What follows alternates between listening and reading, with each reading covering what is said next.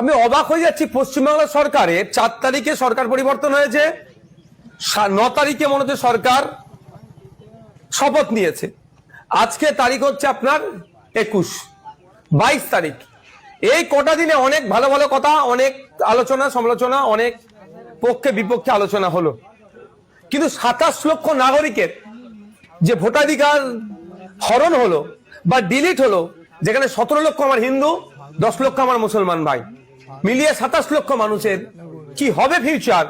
রাজ্য সরকারের যিনি প্রধানে আছেন শুভেন্দু অধিকারী মহাশয়ের মুখে একটাও শব্দ দেখলাম না। শুধু তাই নয়, প্রধান বিরোধী দল হিসেবে যারা নিজেদেরকে দাবি করছেন সেই বিরোধী দলনেতার মুখেও একটাও শব্দ দেখতে পেলাম না। আমরা গিয়েছিলাম ডেপুটেশনে, আমরা সেখানে জানিয়েছি, আপনাদের মিডিয়ার মাধ্যমে সাধারণ মানুষকে জানাই, সদার্থক সেই অর্থে উত্তর পাওয়া যায়নি। তারা বলেছেন যে আমরা chief justice of Calcutta high court, registrar general of Calcutta হাইকোর্টের সাথে আলোচনা করছি যাতে স্পিড আপ করার জন্য।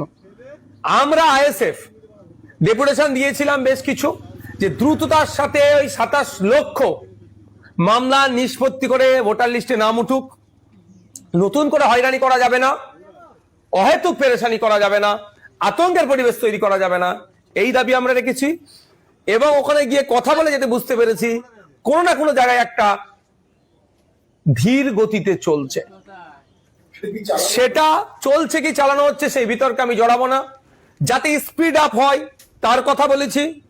এবং একটা নির্দিষ্ট টাইম বেঁধে দেওয়া হোক যে এত তারিখের মধ্যে এই টোটাল কেস 27 লক্ষ কেস সমাপ্ত করতে হবে, নিষ্পত্তি করতে হবে।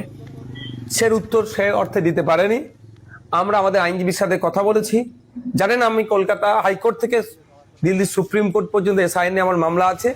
সুপ্রিম কোর্টের ওই মামলাতে বা অ্যাড করতে পারি বা নতুন করে হতে পারে, সে আলোচনা চলছে এখনো, ফাইনাল আমাদের এখনো চূড়ান্ত সিদ্ধান্ত হয়নি।